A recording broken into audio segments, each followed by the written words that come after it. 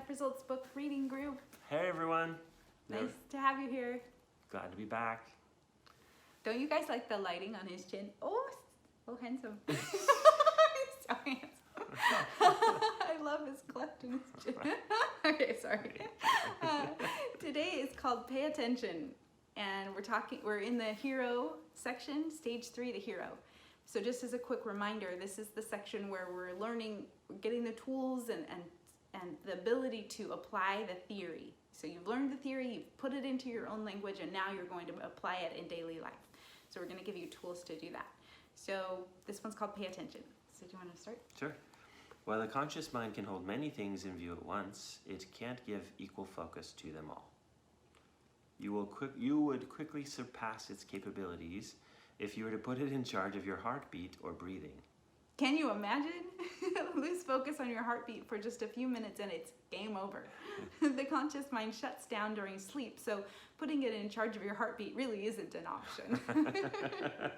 So that's just, Stacey's put some fun examples of, we really do rely on the subconscious, non-conscious. We rely on doing things without really paying a lot of attention to the process itself. Mm-hmm.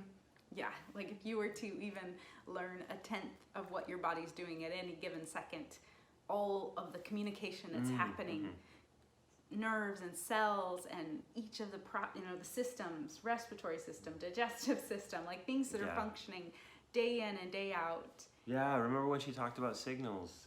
You have so many signals bombarding you all the time, and you selectively decide which ones to tune in and tune out. This is taking that to another level.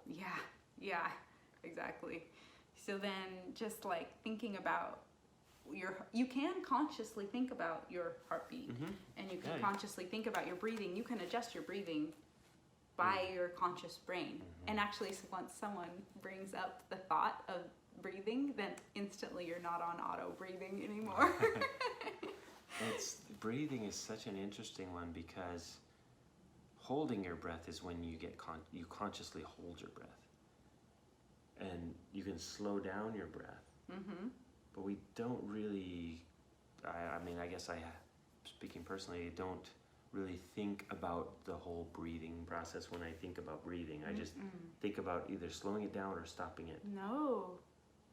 And then when I release, that's when I breathe, when I'm not trying to do anything. So that's kind of an interesting one. Yeah, I actually asked you about breathing the other day when I was doing the kind of heavy breathing, because we were walking up a hill. It was quite steep and lots of stairs, and you were not breathing effortful. Effortful, yes. Uneffortful. It was effortless.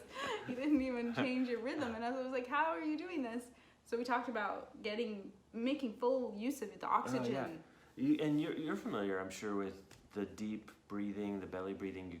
You bring in more oxygen and then you hold it for a while to let it absorb, because it's not just the air going back and forth that matters. It's how much oxygen is getting absorbed into your lungs and being passed to the bloodstream. So yeah, if you want really effective breathing, you want to bring in as much new oxygen.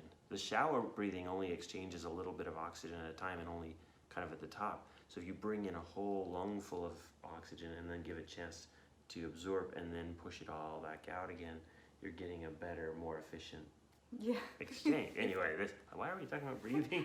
How did this happen? We just derailed it. No, it's so good. Okay, because we're talking about subconscious and paying attention. Yeah, it's so good. We'll probably draw on this analogy for the next 3 days. Like, this is good stuff. Cool. Yeah, it's totally planned. We talked about this before. We were totally going to do this. No, but it's such a good example of the partnership between the conscious and the subconscious, because there are a lot of things in our body that we're just not conscious of. You just don't know what your body is doing with the nutrients after you swallow them. Like, you don't know what it's doing. It's like all taking care of all of these things. Yeah, I remember when you talked about fasting, and you said you got to the end of the 7-day fast and you drank some broth or something like that, and you instantly felt like you got all the energy back. Like, now it's fully absorbed. I've got all the nutrition I needed. Just barely ate it. I just had it in, like, And then it was funny because we were doing a lot of physical activity when I was fasting, and so it was very apparent to me that at least it felt like I didn't have the energy to do the tasks that I wanted to do. And then I ate that food, and then I'm like, okay, now I can do it all. But I had not yet absorbed the nutrients. You barely ate it. I barely ate it. But I did. I was less lightheaded. Oh, yeah. Good to go. So this is a partnership between the conscious and the subconscious. And if it doesn't make sense yet, it will. Oh my goodness, we're going to add so much to this. This is just the beginning. Yep. So see you tomorrow. See you tomorrow.